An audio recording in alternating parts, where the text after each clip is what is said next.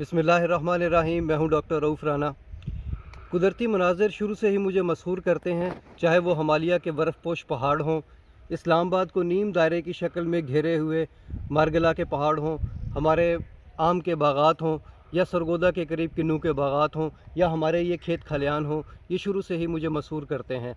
लेकिन पिछले चंद सालों से मैं ये देख रहा हूँ कि हमारे ये खेत खलियान तेज़ी से ख़त्म हो रहे हैं और इसको हाउसिंग सोसाइटीज़ में कन्वर्ट किया जा रहा है।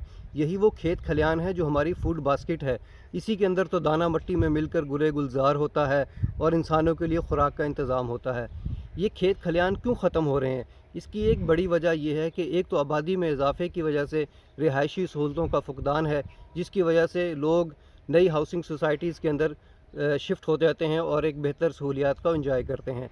लेकिन इसकी दूसरी और सबसे मेन वजह यह है कि हमारे इन्वेस्टर को कोई महफूज इन्वेस्टमेंट, महफूज सरमायाकारी का कोई और दूसरा निज़ाम है ही नहीं। उसके पास कोई ऑप्शन ही नहीं बचता। सिर्फ़ एक यही ऑप्शन बचता है कि वो एक प्लॉट ले ले किसी हाउसिंग सोसाइटी के अंदर, या कुछ फ़ाइलें ले ले और कुछ अरसे बाद उसको दोबारा सेल कर ले और कुछ इन्वेस्टमेंट को महफूज कर सके और उससे कुछ आमदन कमा सके। ये कोई ख़ास अच्छी इन्वेस्टमेंट का तरीका नहीं है। पाकिस्तान के अलावा दुनिया के किसी मुल्क में इस किस्म की इन्वेस्टमेंट नहीं होती। अगर महफूज सरमायाकारी करनी ही है तो गवर्नमेंट को ये इंतज़ाम करना चाहिए कि हमारा इन्वेस्टर किसी प्रोटेक्टिव काम के अंदर अपनी इन्वेस्टमेंट को डाले, जिसके ना सिर्फ मुल्क को फ़ायदा हो बल्कि उसको भी फ़ायदा हो और मुल्क तरक्की कर सके, और ये हमारे खेत खलियान, हमारे ये जो फूड बास्केट है, इसको महफूज किया जा सके।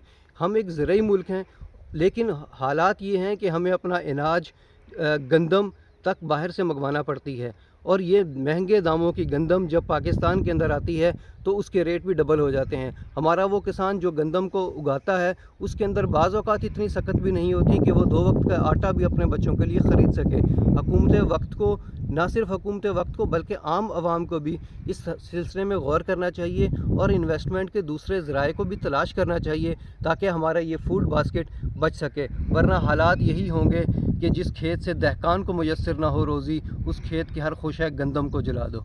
अल्लाह हाफ़िज़।